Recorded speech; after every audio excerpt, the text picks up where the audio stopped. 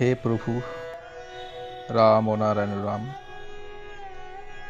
জন্মসিদ্ধ ঠাকুর শ্রী শ্রী বালক ব্রহ্মচারী মহারাজের সাথে ত্রিপুরার ময়নামতি পাহাড়ের বিখ্যাত সাধক মনাই ফকিরের অলৌকিক সাক্ষাৎকার।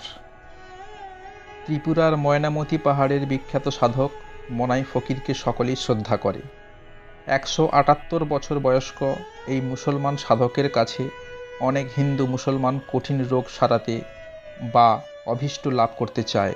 হিন্দু মুসলমান নির্বিশেষে সকলেরই গভীর বিশ্বাস যে মনাই ফকির যদি গ্রামের উপর দিয়ে হেঁটে যান তবে সেই গ্রামে আর কলেরা বসন্ত হবে না। এই মনাই ফকির একদিন নিজের জীবন খতিয়ে দেখতে দেখতে বিষাদে ভেঙে পড়লেন।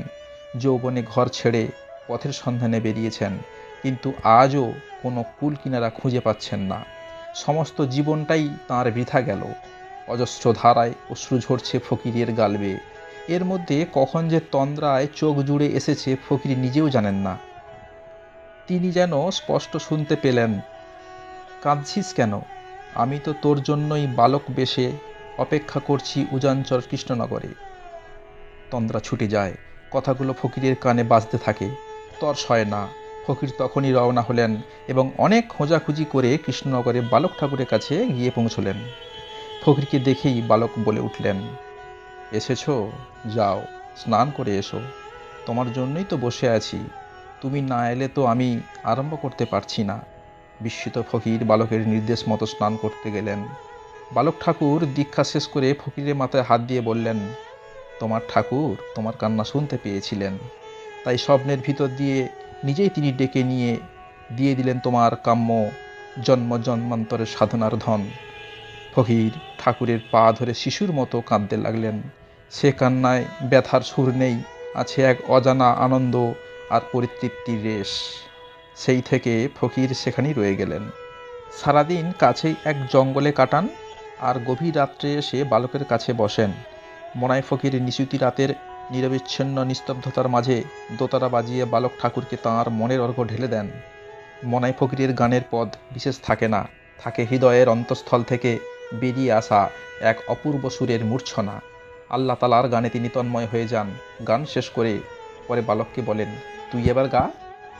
রোজ বলতে বলতে বালক ঠাকুর একদিন নিজেই গাইলেন। সে গান শুনে মনাই ফকির মন্ত্রমুগ্ধের মতো বলে উঠলেন, বাচ্চা, এমন গান কখনো শুনিনি রে, তুই কি শোনালি আজ। রাতের পর রাত মনাই ফকির বালকের সঙ্গে সঙ্গত করে চলেছেন।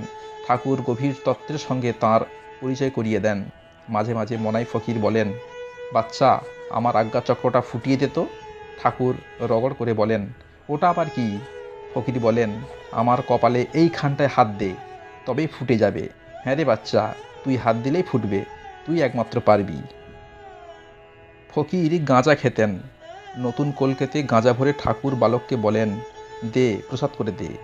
ঠাকুর বলেন, আমি তো ওসব খাই না, ওখানে মাটির উপর রাখো, আমি যা করবার করে দিচ্ছি। 5-6 হাত দূরে একটা জায়গা পরিষ্কার করে শুদ্ধভাবে ফকির কলকেটি রাখলেন। কিছুক্ষণ পরে দেখছেন কলকেটি থেকে ধোঁয়া বেরোচ্ছে, যেন কেউ টানছেন। মুহূর্তের মধ্যে কলকেটি ফেটে গেল।